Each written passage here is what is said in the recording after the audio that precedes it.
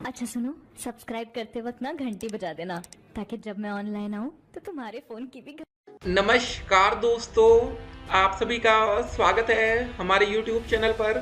तो आज हम बात करेंगे UP DElEd BTC admission 2024 latest update के बारे में। तो आज हमारी तारीख हो चुकी है 28 नवंबर 2024 की। बड़ी अपडेट में सबसे पहले बात करेंगे आज की ब्रेकिंग न्यूज। जी हाँ दोस्तों, आज की आवेदन स्थिति को हम इस वीडियो में देखने वाले हैं और बात करेंगे कोर्ट वर्सेस सरकार। जी हाँ, 12वीं वर्सेस मामला ग्रेजुएशन का चल रहा है कोर्ट में। ठीक है कि 12वीं पास छात्रों को मौका मिलना चाहिए या ग्रेजुएशन बेस पर ही डीएलएड का एडमिशन होना चाहिए, ये मामला हमारा कोर्ट में विचाराधीन है। ठीक है, तो पूरी अपडेट अभी हम आपके सामने रखेंगे, देख सकते हैं। कुछ बच्चों के कमेंट्स को देखेंगे और न्यूज़पेपर के माध्यम से क्या अपडेट आ रही है उस अपडेट को भी हम आपके सामने रखेंगे। तो ये वाली जो अपडेट है ना, ये वाली अपडेट पता है हम आपके सामने क्यों रखते हैं? 69,000 शिक्षक भर्ती में अब सुनवाई 10 को होगी। तो देख सकते हैं लगातार कोर्ट में जब मामला जाता है तो डेट पर डेट, तारीख पर तारीख मिलती रहती है। पहले दोस्त इसी में तारीख मिली थी नवंबर महीने में, अब दिसंबर में मिल गई। तो यही दोस्तों हमारा डीएलएड में भी होना है। जब तक कोर्ट की तरफ से हमें स्टे ऑर्डर नहीं मिलेगा कि ठीक है ग्रेजुएशन बेस पर ही डीएलएड का एडमिशन हो सकता है, तब तक आपको इंतजार करना पड़ेगा। 100 साल बाद निजीकरण की राह पर बिजली व्यवस्था। जी हाँ दोस्तों, आप देख सकते हैं, आप लोग को तो इंतजार रहता है कब सरकारी वैकेंसी है, लेकिन निजीकरण अगर सब कुछ प्राइवेटाइजेशन हो जाएगा फिर नौकरी कहाँ से आएगी? ठीक है, अगली अपडेट देखते हैं। रिक्तियों का ब्यौरा देखिए। एलटी ग्रेड पुरुष में 4,785 और महिला में भी सीट अलग अलग आरक्षित है। ठीक है, ये अपडेट्स हैं। शिक्षक भर्ती को लेकर के अपडेट है। माध्यमिक और उच्च माध्यमिक के रिजल्ट के लिए करना होगा इंतजार। बीपीएससी 32वीं न्यायिक सेवा का रिजल्ट जल्द आएगा। ठीक है, टीजीटी भर्ती 2016 कला विषय के लिए साक्षात्कार 10 को होगा। तो ये भर्ती दोस्तों नाम 2016 जो लिखा है ना, इससे आपको अंदाजा लगाना चाहिए कि कितना इंतजार करना पड़ सकता है। ठीक है, राजकीय विद्यालयों में शिक्षकों के 8,905 पद भरे जाएंगे। तो हर एक अपडेट आपके लिए जरूरी होती है। उसके बाद दोस्तों कैंडिडेट सर्विसेज क्या है, आप लोगों के लिए क्या क्या चीज़ें हैं। रजिस्ट्रेशन, ये प्रोसेस आपने कंप्लीट कर लिया है। अभी आपको स्टेट रैंक अपनी जाननी है कि आपकी रैंक क्या होगी। उसके बाद पे seat allotment fees, choice filling और अलॉटमेंट का रिजल्ट आपको देखना होगा। स्टेट रैंक आप कुछ ऐसे डाउनलोड कर पाएंगे। ठीक है, और ये काउंसलिंग का एक प्रोसेस होगा। जब काउंसलिंग में आप सम्मिलित होंगे तो इसकी कोई गारंटी नहीं कि आपके मन का आपको कॉलेज मिलेगा कि नहीं। बहुत बार ऐसा होता है कि अगर आपने प्राइवेट कॉलेज का भी नाम दिया और वो कॉलेज भी हो सकता है ना मिल पाए। जी हाँ, अगर आपसे ज़्यादा मेरिट के बच्चे वहाँ आते हैं। देखिए, हर कॉलेज में, ठीक है, जनरल कैटेगरी की सीट होती है जिसको यूआर आप कह सकते हैं, अनरिजर्व। फिर आती है ओबीसी कैटेगरी की सीट, फिर आती है एससी कैटेगरी की सीट, फिर एसटी कैटेगरी की सीट। अब दोस्तों हमारी एक नई कैटेगरी है ईडब्ल्यूएस, इसके लिए भी सीट्स होती हैं। पीएच कैटेगरी है, फ्रीडम फाइटर है, एक्स सर्विसमैन लोग हैं। सबके लिए सीटें आरक्षित होती हैं, चाहे वो सरकारी कॉलेज हो चाहे प्राइवेट। अब प्राइवेट में maximum time pH category, freedom fighter, ex serviceman और एसटी, इन 4 कैटेगरी की सीट खाली चली जाती हैं। तो जिस बेस पर जो कुछ प्राइवेट कॉलेज आपसे बोलते हैं ना कि ठीक है आपके नंबर कम है, कोई बात नहीं, आप हमको कितना पैसा एडवांस दे दीजिए, हम आपका एडमिशन ले लेते हैं। कॉलेज वाले सिर्फ इस बेस पर, इन 4 कैटेगरी के बेस पर ही आपसे डायरेक्ट एडमिशन की बात करते हैं। क्योंकि कॉलेज को भी पता है कि भैया उनके कॉलेज में प्राइवेट में कौन फ्रीडम फाइटर रहेगा, एक्स सर्विसमैन क्यों आएंगे। एक्स सर्विसमैन लोग सीधे डायरेक्ट कॉलेज जाएंगे जहाँ पर कम पैसे में उनका एडमिशन हो जाए। ठीक है, तो ये पूरी बात होती है। उम्मीद करते हैं आपको वीडियो समझ में आ रही होगी कि क्या होता है। आगे चल के भी आपको काउंसलिंग में सम्मिलित होना है, जहाँ पर स्टेट रैंक के हिसाब से आपकी काउंसलिंग की प्रक्रिया होगी। रैंक 1 से लेके 20,000 तक, 20,000 एक से लेके 80,000, 80,000 एक से लेके 1,50,000 और 1,50,000 एक से लेके 2,40,000। अगर आपकी रैंक दोस्तों रैंक 1 से लेकर 2,40,000 में नहीं आती है तो फिर आप काउंसलिंग में पार्टिसिपेट नहीं कर पाएंगे। काउंसलिंग में अगर आपको मौका चाहिए तो आपकी रैंक कम से कम इतनी होनी चाहिए। ठीक है, अगर मान लीजिए आपकी रैंक 2,20,000 आती है तो आप लास्ट वाली जो चौथा चरण रहेगा, देखिए 1,50,000 एक से लेकर 2,40,000 में, तो यहाँ पर आप नाम दे सकते हैं। आपके मन में एक सवाल होगा, अगर आपने एक बार चॉइस फिलिंग के लिए पैसा दे दिया तो जब तक आपको कॉलेज नहीं मिलता तब तक तो आप फिर फंसे रहेंगे। ठीक है, काउंसलिंग में। और अगर आपको प्राइवेट कॉलेज नहीं लेना है, सिर्फ सरकारी ही चाहिए, तो ध्यान दीजिएगा, ठीक है, कि उस समय सरकारी सीट्स बची भी हैं कि नहीं।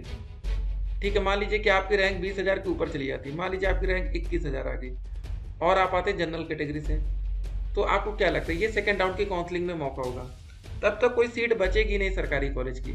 हाँ, सेकेंड राउंड में सीट कौन कौन सी बच जाएगी देखिए यहाँ पर जैसे सेकेंड राउंड है ना, आप समझिए कुछ बातों को, ठीक है। उम्मीद है आप लोग काफ़ी बातें समझ चुके हैं, लेकिन तब भी देखिए जो यहाँ पर 20,000 एक से लेकर 80,000, इसमें कौन कौन सी सीटें बचेंगी। EWS बच जाएगी, OBC बच सकती है, SC category, ST category, PH category, freedom fighter, ex serviceman, ये सारी कैटेगरी की सीटें यहाँ पर बच सकती हैं। और कौन सी सीट यहाँ पर नहीं बचेगी वो होगी जनरल, या जिसको आप UR बोल सकते हैं, अनारक्षित, ठीक है। तो यहाँ पर देख सकते हैं एक बच्चे की रैंक कितनी थी, 18,161 थी, 232 नंबर थी, मतलब 20,000 से कम रैंक थी और जनरल कैटेगरी में। इस बच्चे को कोई भी सरकारी कॉलेज अलॉट नहीं हुआ। यहाँ पर देख लीजिए सॉरी लिख कर आ गया ना, sorry you could not be allotted a seat based on your choice. अब यहाँ पर देखिए दोस्तों, एक बच्चे की रैंक 19,560, मतलब इस बच्चे से 1,000 से ज़्यादा ऊपर रैंक थी, मतलब ज़्यादा थी, तब इस बच्चे को सरकारी कॉलेज मिला। क्यों मिला? उस बच्चे ने थोड़ी सी होशियारी की, EWS का सर्टिफिकेट बनवाया, या लिखा ना EWOP, ठीक है। इस बेस पर इस बच्चे को यहाँ पर सरकारी कॉलेज अलॉट हो गया। तो ये सारी बातें आपको जानना जरूरी होती है कि किस बेस पर अभी आपको कॉलेज मिलेगा या नहीं मिलेगा। चलिए पहले हम लोग कुछ कमेंट्स का आंसर देख लेते हैं। EWS क्या है? ये जो बच्चे जनरल कैटेगरी से आते हैं, ठीक है, उनके लिए आरक्षित होता है, 10% उनके लिए सीटें आरक्षित कर दी गई, ठीक है। तो आज की डेट में हर एक बच्चे को आरक्षण मिलता है। सर मेरा 179 है, ठीक है, कोई बात नहीं, प्राइवेट कॉलेज के चांस बनेंगे। सर मेरा कास्ट सर्टिफिकेट 2016 का है। तो देखिए हमने जब से वीडियो बना रहे, देखिए उम्मीद करते हैं आप हमारी पहली वीडियोस देखे होंगे, पहले इतनी वीडियो बनाए, तो हमने बोला है कि जो भी डॉक्यूमेंट्स आप लोग लगाइए वो 6 महीने के अंदर का होगा तो बढ़िया रहेगा। जैसे जाति प्रमाण पत्र हो गया, निवास हो गया, ठीक है। आगे शिक्षक भर्ती आएगी तब भी आप लोग यही सब गलती करेंगे। तो आपको जिस कॉलेज में एडमिशन लेना है एक बार वहाँ बात कर लीजिएगा, ठीक है। यूपी से हूँ सर, 243 है, UR से हूँ, अनरिजर्व, ठीक है, आराम से आपको सरकारी कॉलेज मिल जाना चाहिए। सर मैं बिहार से हूँ, मैं रजिस्ट्रेशन नहीं कराया हूँ, ठीक है। आपने एक बहुत बड़ी गलती की जो कि आपको करना चाहिए, रजिस्ट्रेशन करवाना चाहिए। हमने बार बार बोला है, कुछ करिए मत करिए, 700 रुपये देने से मत डरिए। डायरेक्ट एडमिशन करना सही होगा। एजेंट कह रहा है कि 80,000 बोल रहा है, कॉलेज के नाम ये सारे, ठीक है। तो हम इसके बारे में आपको नहीं बता सकते। कुछ माइनॉरिटीज़ के कॉलेज होते हैं जहाँ पर आपको, ठीक है, ये फैसिलिटीज़ मिलती है कि अगर आप फॉर्म नहीं भरते हैं तो भी आपका एडमिशन हो सकता है। लखनऊ में हम तो कुछ कॉलेज के बारे में जानते थे। फिलहाल आप इस कॉलेज के बारे में पहले पता करिए। देखिए हमें हर एक कॉलेज का नाम नहीं पता है, ठीक है, तो उसको आपको पता करना पड़ेगा, क्योंकि आपको फॉर्म भरना बेहद ज़रूरी था। सर 200 वाले रैंक कितना होगा, काउंसलिंग किस राउंड में होगा? तो आपकी रैंक आई थिंक 2 लाख के आसपास होगी, ठीक है। स्टेट रैंक कब तक आ सकता है? बहुत ही जल्द आपको स्टेट रैंक देखने को मिलेगी। काउंसलिंग कब से होगा? जी हाँ, स्टेट रैंक के बाद देखिए, ठीक है। तो मामला कोर्ट में विचाराधीन है ना, इस वजह से लेट हो रहा। सर मेरे 195 प्राइवेट मिल जाना चाहिए। हेलो सर, एडमिशन होगा कि नहीं? बिल्कुल होगा।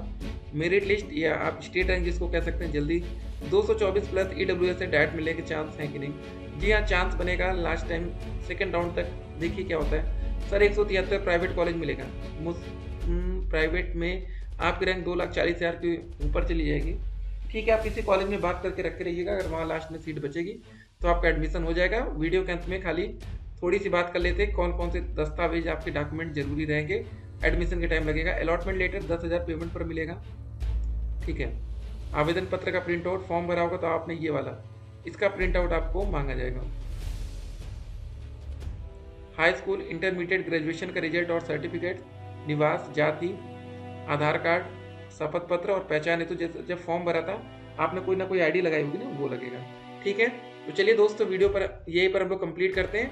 बाकी जो आपके डाउट आएंगे वो बताएंगे। फिलहाल आप देख लीजिए, यहाँ जब मामला कोर्ट में जाता है तो कैसे डेट पर डेट मिलती है, तारीख पर तारीख, इसीलिए आपका मामला भी थोड़ा सा लेट हो रहा है, ठीक है।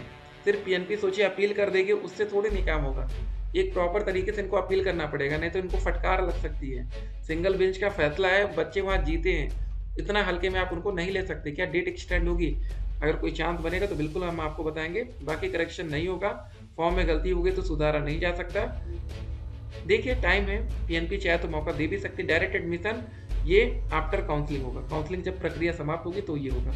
डायरेक्ट कॉलेज की कट ऑफ जनरल में 230 plus, EWS OBC 225 plus, SC में 215 प्लस, बाकी में 200 प्लस, ठीक है। फिर मिलते हैं, स्टे कनेक्टेड।